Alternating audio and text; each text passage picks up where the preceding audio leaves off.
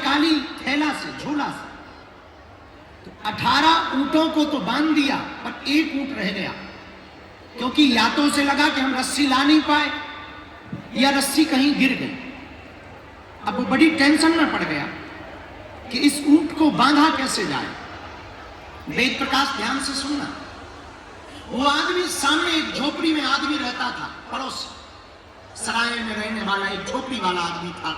उसे लगा कि इस आदमी के पास जाएं, बूढ़े आदमी के पास, शायद ये कोई रस्सी दे दे, ऊंट को बांध दिया जाए, वरना बड़ी दिक्कत होगी, रात भर ये भी खड़ा रहेगा, हमको भी रखवाली करनी पड़ेगी और सो नहीं पाएंगे तो दिन में चलने में दिक्कत होगी। तो वो पड़ोसी के पास गया, जहां रुका था उस झोपड़ी में गया, तो प्रार्थना की कि क्षमा करो, मैं एक यात्री हूं और मैं 19 ऊंटों का जत्था लेकर के जा रहा हूं और मेरे पास 18 ऊंटों की रस्सी तो है, लेकिन एक रस्सी गिर गई।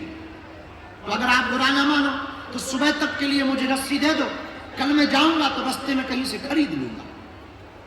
तो उस बूढ़े आदमी ने कहा कि मेरे पास तो ऐसी कोई रस्सी नहीं, मैं तो बहुत फक्कड़ आदमी हूं, और रस्सी क्या, मेरे पास तो एक कपड़ा ही है, वो मैंने पहन रखा है, वरना मैं कपड़ा दे देता, और अगर मैं कपड़ा दूंगा तो मैं नंगा हो जाऊंगा, एक ही धोती है मेरे पास, रस्सी तो दूसरी है नहीं।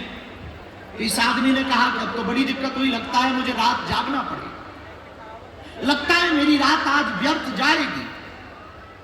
तो उस बूढ़े आदमी ने बुला के कहा, इधर आ, सुनो, तुझे पता है कि रस्सी नहीं है, ऊंट को थोड़ी पता है।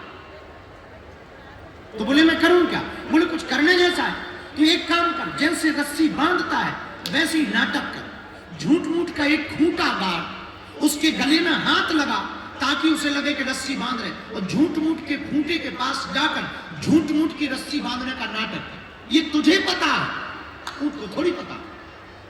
उसने कहा ऐसे में हो सकता? बोले तू करके तो देख, ट्राई अगेन।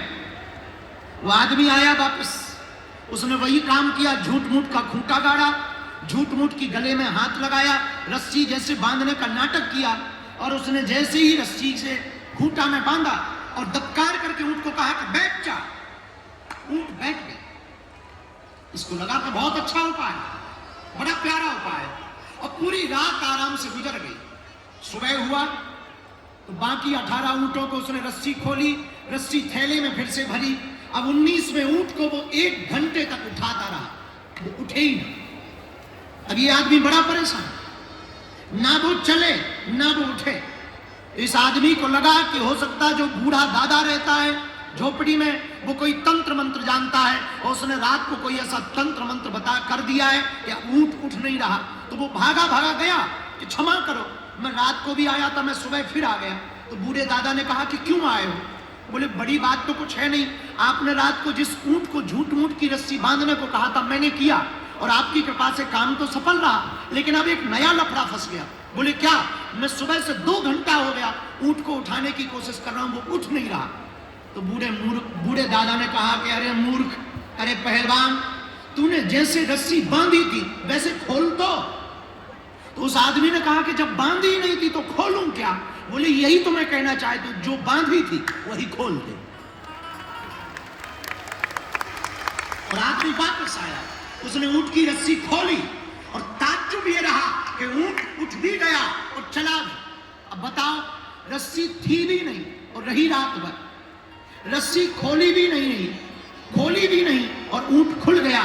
यही वेद प्रकाश तुम्हारा और हमारा हाल है, और पंचकुला के पागलों, यही तुम लोगों का हाल है। हमने झूठ मूठ के रिश्तों को अपना रिश्ता बना लिया है, तो हम लोग फंसे हुए हैं। ये रिश्तों की डोर को तोड़ दी जाए। इस दुनिया में कोई भी बंधन है नहीं है, न किसी से कोई बंधन है, हमने मान लिया तो बंधन है। तो तुमने पूछा कि बंधन से मुक्त कैसे हूं?